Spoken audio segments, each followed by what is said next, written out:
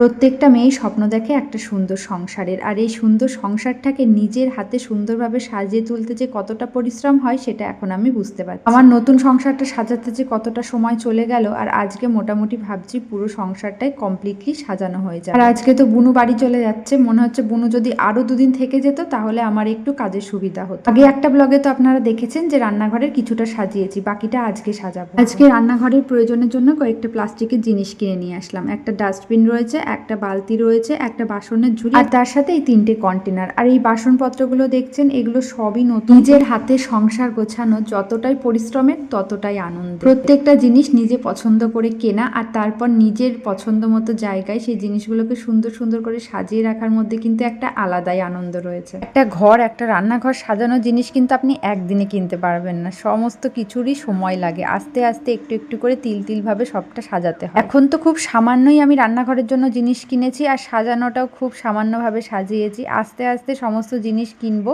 আরো সুন্দরভাবে রান্নাঘরটাকে সাজাবো। প্রত্যেকটা মেয়েরই এটা কিন্তু স্বপ্ন। রান্নাঘরটা সাজানোর পর দেখতে কেমন লাগছে সকলে কমেন্ট করে জানাবেন।